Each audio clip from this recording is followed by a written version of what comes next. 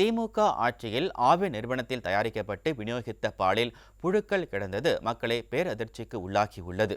தமிழகத்தில் பச்சை நிற பால் பாக்கெட் சர்ச்சை, குறைந்த கொழுப்பு பால் அதிக விலைக்கு விற்பனை, சிறார் தொழிலாளர்கள் அண்டை மாநிலத்திலிருந்து பால் கொள்முதல், தயிர் பாக்கெட்டில் ஹிந்தி வார்த்தை, வரலாறு காணாத நெய் விலை உயர்வு என ஆவினுக்கு சமாதி கட்டிய விடியா அரசின் சாதனை மக்களை வேதனை அடைய செய்துள்ளது. இந்த நிலையில் நீலகிரி உதகை ஆவி நிறுவனத்தில் தயாரிக்கப்பட்டு ஷேரிங் கிராஸ் பகுதியில் உள்ள தேநீர் கடையில் விநியோகிக்கப்பட்ட பால் பாக்கெட்டில் நூற்றுக்கணக்கான புழுக்கள் நெளிந்துள்ளது.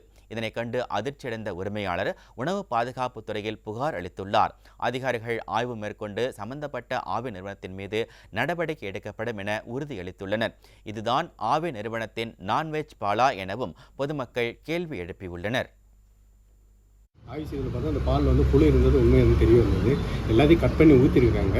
பட் அது பார்த்தீங்கன்னா அந்த பேட்ச் நம்பர் நோட் பண்ணிவிட்டு இப்போ எல்லா கடைகளும் நகராட்சியில் எல்லா பகுதிகளில் கடைகளில் ஆய்வு செஞ்சு அதே உணவு அந்த பேட்ச் நம்பரில் இருக்கிற உணவு பால் பாக்கெட்டுகளெல்லாம் உணவு மாதிரியில் எடுத்து பகுப்பாய்வுக்கு அனுப்பப்பட்ட முடிவுகளின்படி அது சம்மந்தப்பட்ட அந்த பால் ஆவி நிறுவனம் மேல் நடவடிக்கை எடுக்கணும்னு தெரிவித்தார்.